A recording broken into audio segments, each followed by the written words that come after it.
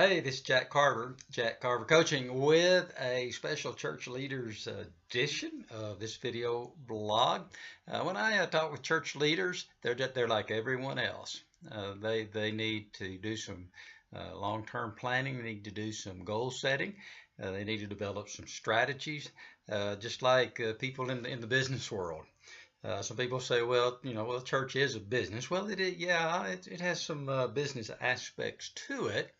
But the spiritual aspects of it undergird it, and I think we expect a little bit more than just sound business practices with the church. We want the ethical element in there, and of course the spiritual element. When I talk with leaders, whether they are church leaders or business leaders, there is a focus on planning. And when you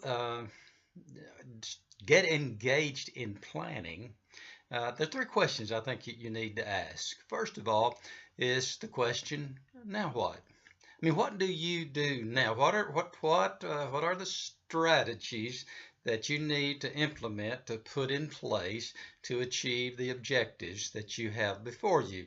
That may be the spiritual growth of the members of your church. It may be evangelistic outreach in your community. There may be specific building needs, facility needs that you have. There may be some programming needs, but you have some long-term goals. There are some major objectives, significant objectives that you want to reach. As you evaluate where you are now, what is it that you need to do now? Now what? What are the steps that you begin to take now to propel you toward experiencing those greater objectives? A second question I think you need to ask is this, then what?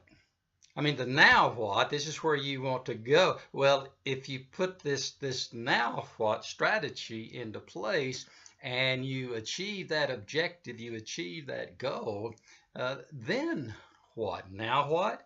Then what? If you succeed, if everything that you want to carry out gets done down the road, then what do you do? You've always got to have the next step in mind. I am convinced that a lot of church leaders as well as business leaders get kind of tripped up at this point. When they succeed, they don't have in mind, well, what's the next step? What's the next great and grand objective? Always have that in mind so that when you succeed, you'll know what you want to do then. It's the idea of then what? Hey, you may not accomplish that objective.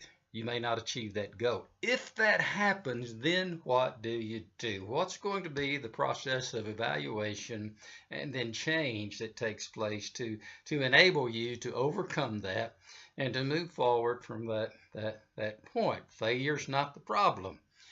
Failing to learn from your failure, that's the problem. If you don't succeed in this endeavor, then what? And there's a final question, and it's simply this. So what? If you achieve this objective, if you accomplish these goals, so what? What's the significance? What's the significance of achieving that goal for your own ministry, for your own work and professional development? What's the benefit of it personally? What does it mean to your family? What does it mean to the members of your church? If you succeed, so what? What's the impact in your community, in your church, in your life, in the lives of your people? So three big questions. Now what? Then what? So what? It's Jack Carver Coaching, hoping that you have a tremendously productive day.